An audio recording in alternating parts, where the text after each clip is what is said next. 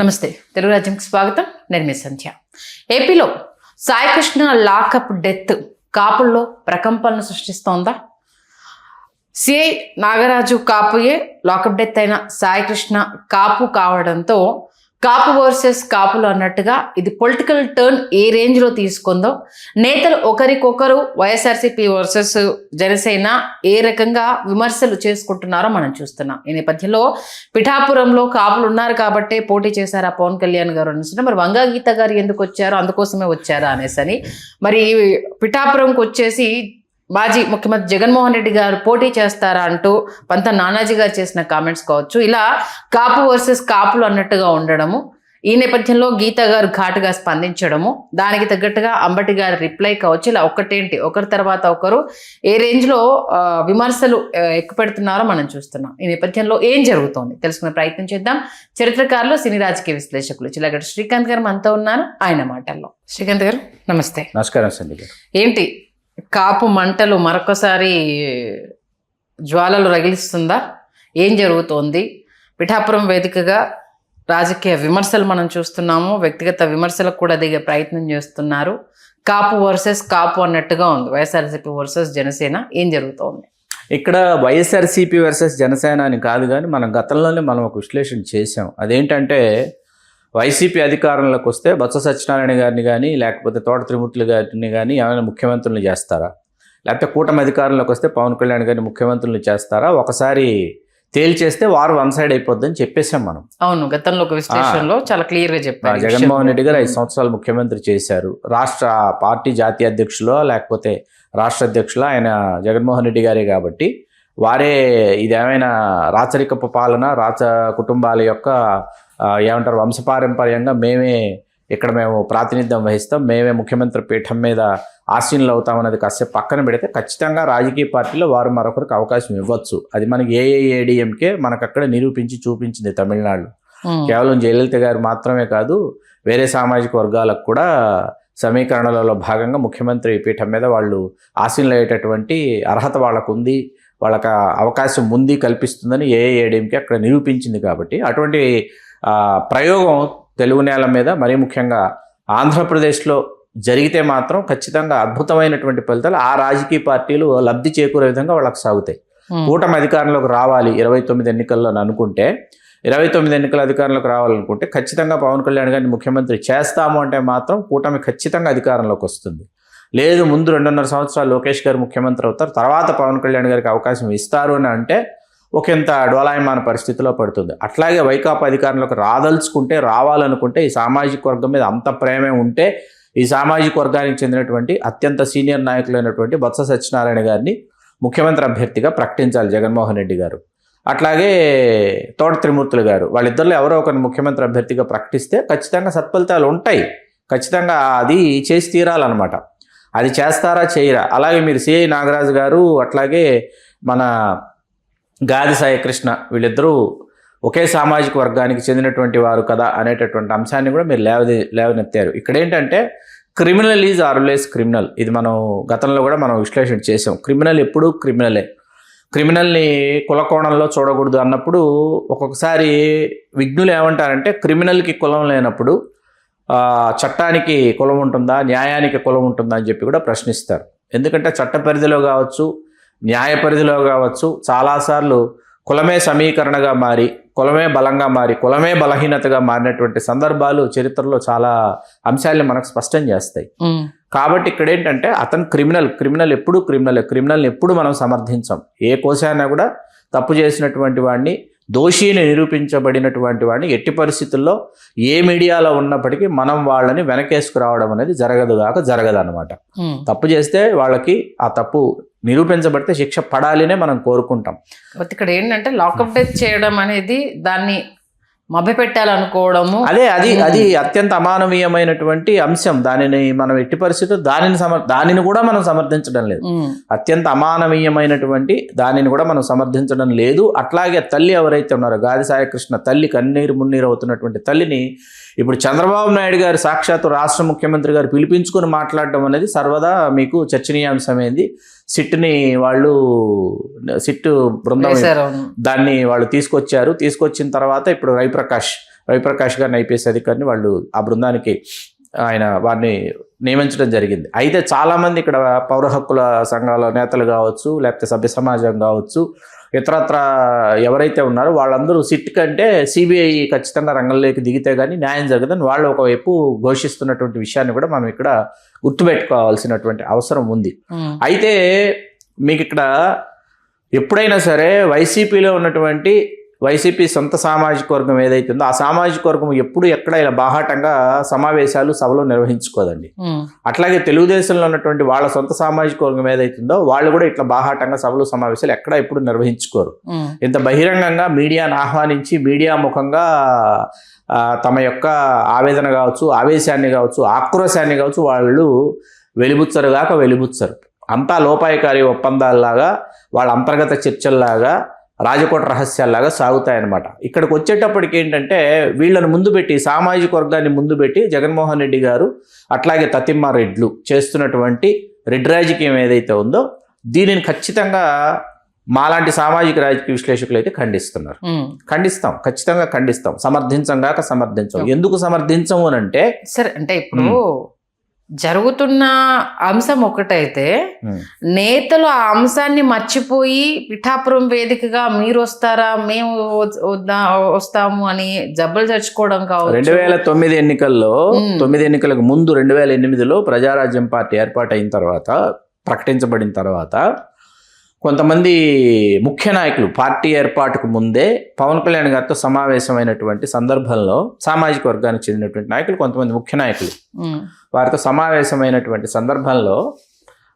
పవన్ కళ్యాణ్ గారికి ఒక చాలా అతి విలువైనటువంటి ఒక సూచనని ఒక నాయకుడు చేశారు.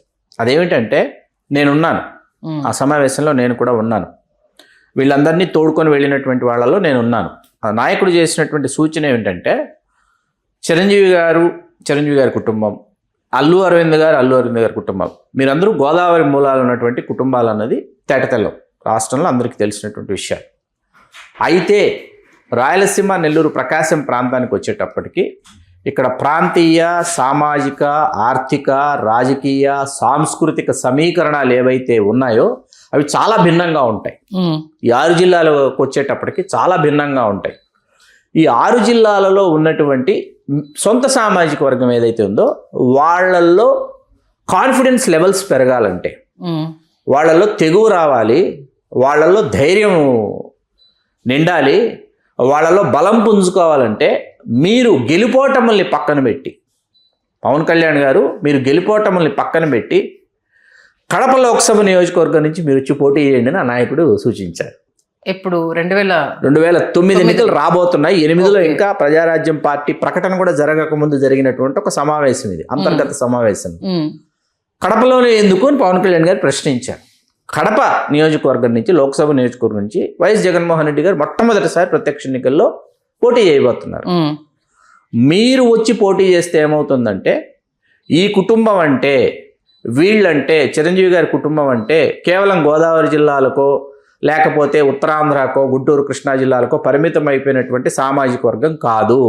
సామాజిక వర్గం రాష్ట్రం అంతా ఉంది, రాజ్యాధికారం కోసం ఎదురు చూస్తుంది. అంటే ఈ ప్రాంతం నుంచి కూడా మా ప్రాతినిధ్యం ఉండాలి, మేము మీ పక్షం, బాధితుల పక్షం, పీడిత, తాడిత, బడుగు, బలహీన వర్గాల పక్షం నిలుస్తామని చెప్పి మీరు వాళ్ళకు భరోసా ఇచ్చినట్లు ఉంటుందని చెప్పి నాయకుడు సూచించారు. గెలుస్తారా ఓడిపోతారా కాసేపు పక్కన పెడదాం. ఓకే, మీరు ఓడిపోయినా మళ్ళీ నేను ఇక్కడి నుంచి పోటీ చేస్తానని మీరు చెప్పారనుకోండి, నాయకుడిగా మీరు నిలబడతారు, ఏదో ఒక రోజు గెలుస్తారు, నాయకుడిగా మీరు నిలబడతారు. అంటే మన తరఫున పోరాడటానికి ఒక నాయకుడు వచ్చాడు, he's the face of the party, ఇతను మన రిప్రజెంటేషను అనేటటువంటి ధైర్యం కొన్ని సామాజిక వర్గాలకు వస్తుంది. ఆ ధైర్యాన్ని మీరు ఇవ్వండి, ఈ ప్రాంతానికి వచ్చి పోటీ చేసేటటువంటి ప్రతిపాదన పవన్ కళ్యాణ్ గారు ముందు పెడితే పవన్ కళ్యాణ్ గారు దాన్ని సున్నితంగా తిరస్కరించారు. అది వేరే విషయం. ఎందుకు ఈ ప్రస్తావన నేను చేశానంటే, కొన్ని సంప్రదాయ నియోజకవర్గాలు, కొన్ని సంప్రదాయ స్థానాలు అనేవి తరతరాలుగా, దశాబ్దాల తరబడి కొన్ని సామాజిక వర్గాలకు ఆలవాలంగా మారిపోయినప్పుడు ఏంటంటే, అయితే వీళ్ళు కాకపోతే వాళ్ళు అనేటటువంటి సంప్రదాయం కొనసాగుతూ వచ్చేటటువంటి ఒక భ్రమాజనిత తేజవలయంలో ఏమవుతుందంటే, ఒక 3వ ప్రత్యామ్నాయ శక్తి వస్తే కానీ ఈ సంప్రదాయం ఏదైతే ఉందో దీనికి బ్రేక్ ఇచ్చేటటువంటి వాళ్ళు, బ్రేక్ చేసేటటువంటి వాళ్ళు, చెక్ పెట్టేటటువంటి వాళ్ళు వస్తే కానీ మిగతా సామాజిక వర్గాలకి అవకాశం రాదు అనేటటువంటి ఆక్రోశం, ఆవేదన, ఆక్రందన కొన్ని సామాజిక వర్గాలలో ఉంది. మనం ప్రొద్దుటూరు నియోజకవర్గానికి వెళితే మా కడప జిల్లాలో అక్కడ మీకు ప్రొద్దుటూరు నియోజకవర్గంలో కనీ విని ఎరుగని విధంగా పద్మశాలీలు ప్రథమ సంఖ్యలో ఉంటారు. వైశ్యులు తర్వాత సంఖ్యలోకి వస్తారు. ఆ తర్వాత రెడ్డి సామాజిక వర్గం వస్తారు. కానీ ఒక్కసారి మినహాయిస్తే వైశ్య సామాజిక వర్గం నుంచి శాసనసభకు ఎన్నికైనటువంటి చరిత్ర మిగతా అన్ని ఎన్నికల్లో రెడ్డి సామాజిక వర్గమే అక్కడ మనకు పోటీ చేసి గెలుస్తూ ఏది పరాజితులైన వాళ్ళే విజేతలైన వాళ్ళే అనమాట. అట్లాగే జమ్మలమడుగుకు వచ్చేటప్పుడు జమ్మలమడుగు లాంటి నియోజకవర్గంలో కుందారామయ్య గారిని 6 ఎన్నికల్లో పోటీ చేసి 4 ఎన్నికల్లో గెలిచిన పద్మశాలి సామాజిక వర్గం ఆయన కూడా. అట్లాగే మనం మైదుకూరుకు వెళ్ళేటప్పటికి అక్కడ యాదవులు, బలిజలు, ముస్లిం మైనార్టీలు, ఆ తర్వాత రెడ్లు అనమాట. అక్కడికి వచ్చేటప్పటికి 3 ఎన్నికల్లో పోటీ చేసి 2 సార్లు ఓడిపోయి 3వసారి గెలిచినటువంటి పుట్టా సుధాకర్ యాదవ్ గారు మొన్న. ఈ జమ్మలమడుగు నియోజకవర్గం పూర్తిగా రెడ్డి సామాజిక వర్గం, విజేతలైన పరాజితులైన. బద్వేలు అని ఒక నియోజకవర్గం ఉండేది, ఇప్పుడు షెడ్యూల్ కులాలకు రిజర్వ్ అయింది. బండారు రత్నసభాపతి గారిని ఆయన పోటీ చేసి ఆయన గెలుస్తూ ఉండేవారు, బలిజ కులస్తులు. అక్కడి నుంచి ఆయన రాజంపేటకు వెళ్ళి ఈ బద్వేలు నియోజకవర్గంలో రెడ్డి సామాజిక, రెడ్డి వర్సెస్ బ్రాహ్మణ అనమాట. బిజువేముల Veerareddy versus doctor V Sivaramakrishnarao, వి చిదానందం గారు బ్రాహ్మణులు. ఆయన 2 పర్యాయాలు, ఆయన కుమారుడైనటువంటి శివరామకృష్ణారావు గారు 2 పర్యాయాలు 4 సార్లు శాసనసభ్యులు చేస్తే 10 ఎన్నికలు ఈ బ్రాహ్మణ సామాజిక వర్గంలో కాంగ్రెస్ పార్టీ నుంచి తలపడుతూ ఉండేవాళ్ళు.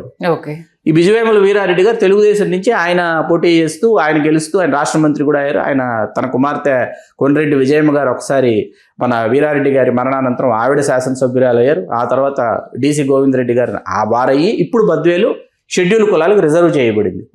ఇట్లా ఈ అనంతపురం జిల్లాకు వెళ్ళేటప్పటికి కొన్ని కురభ, వాల్మీకి, ఈ సామాజిక వర్గాలు, ముస్లిం మైనార్టీలు వీళ్ళు ఉన్నారు. వీళ్ళకి ఎప్పుడు అవకాశం వస్తుంది అనేటటువంటి చర్చ సామాజిక రాజకీయ విశ్లేషకులే పెట్టాలి, చెయ్యాలి.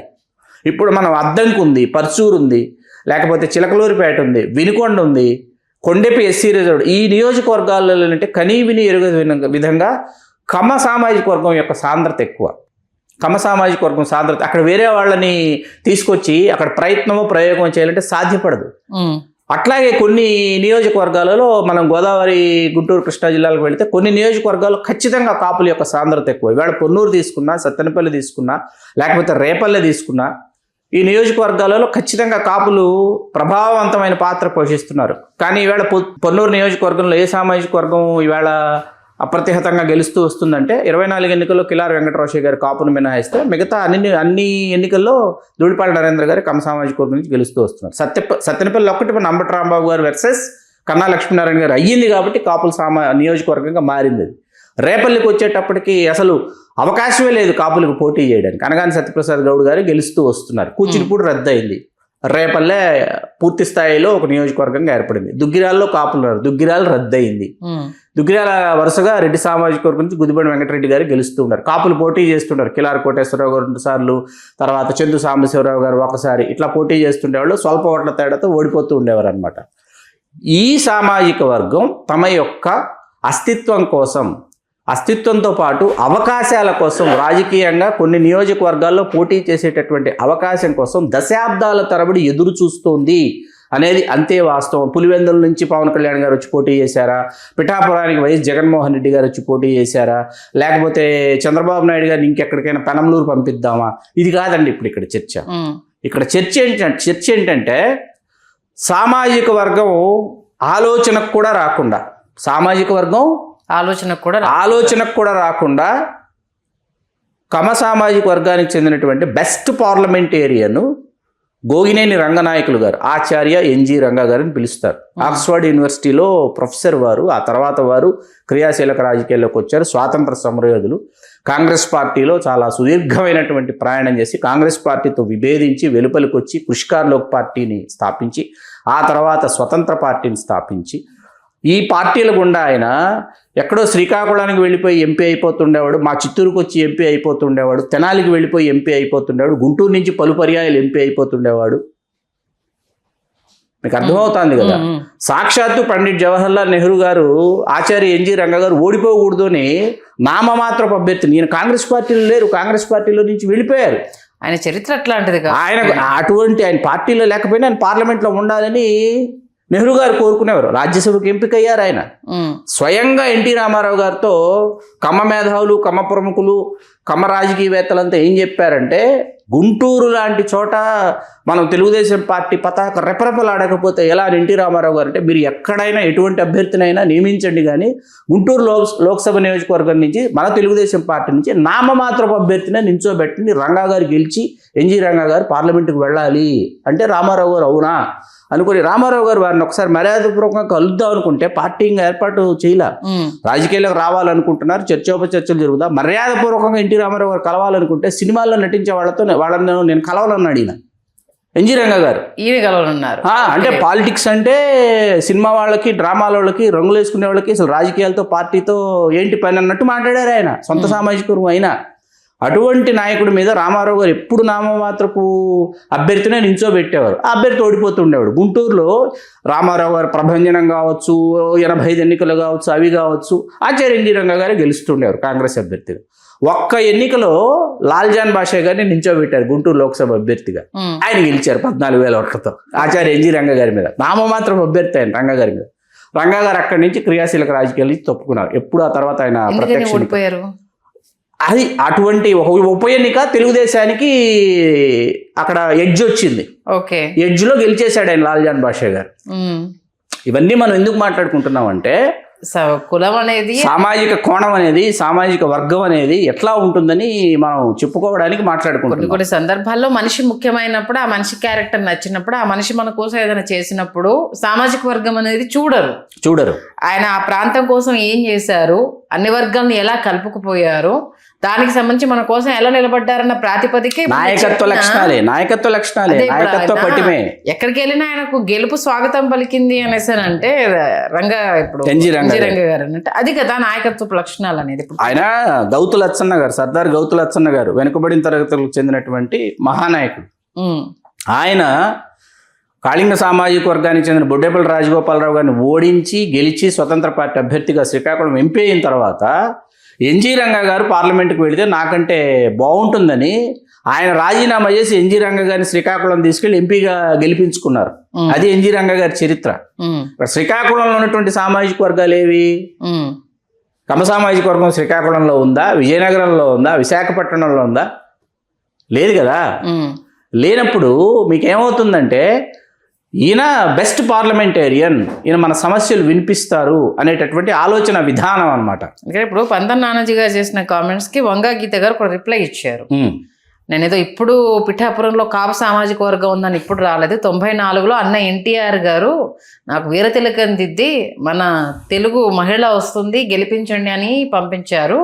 2009లో చిరంజీవి గారు నన్ను ఆహ్వానించారు, అంటే మీరు చిరంజీవి గారిని క్వశ్చన్ చేస్తున్నారా అంటూ ఆవిడ కౌంటర్ ఇచ్చారు. వంగా గీత గారి రాజకీయ ప్రస్థానం చాలా సుదీర్ఘమైనటువంటి రాజకీయ ప్రస్థానం అండి. ఎందుకంటే 2 సార్లు తెలుగుదేశం పార్టీ నుంచి రాజ్యసభకు ఆవిడ నామినేట్ చేయబడ్డారు. అట్లాగే తెలుగు మహిళ రాష్ట్ర అధ్యక్షురాలుగా పనిచేశారు. సామాజిక సమీకరణలలో భాగంగా ఉమ్మడి తూర్పుగోదావరి జిల్లాలో ప్రజారాజ్యం పార్టీలోకి రావటం, ప్రజారాజ్యం పార్టీలోకి వచ్చిన తర్వాత ఆవిడ పిఠాపురం నియోజకవర్గం నుంచి గెలుపొందడం, ఇవన్నీ కూడా మనకు తెలిసినటువంటి విషయాలు.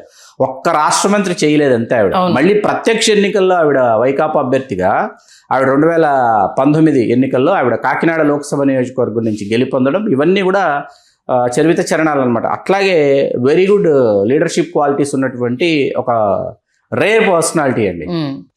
అంటే ఇన్స్టెంట్ ఏంటి, నేతలు ఒకరిపైన ఒకరు విమర్శలు ఏంటి, పిఠాపురం దగ్గర వచ్చి మీరు పోటీ చేస్తారా, మీరు కడుపుకొచ్చి పోటీ చేస్తారా, ఏంటిది అంటే పిఠాపురానికి వచ్చి పోటీ చేస్తారంటే, మరి పిఠాపురం నియోజకవర్గంలో స్వతంత్ర అభ్యర్థిగా ఎన్విఎస్ వర్మ గారు పోటీ చేసి గెలిచారన్న విషయం గుర్తుపెట్టుకోవాలి.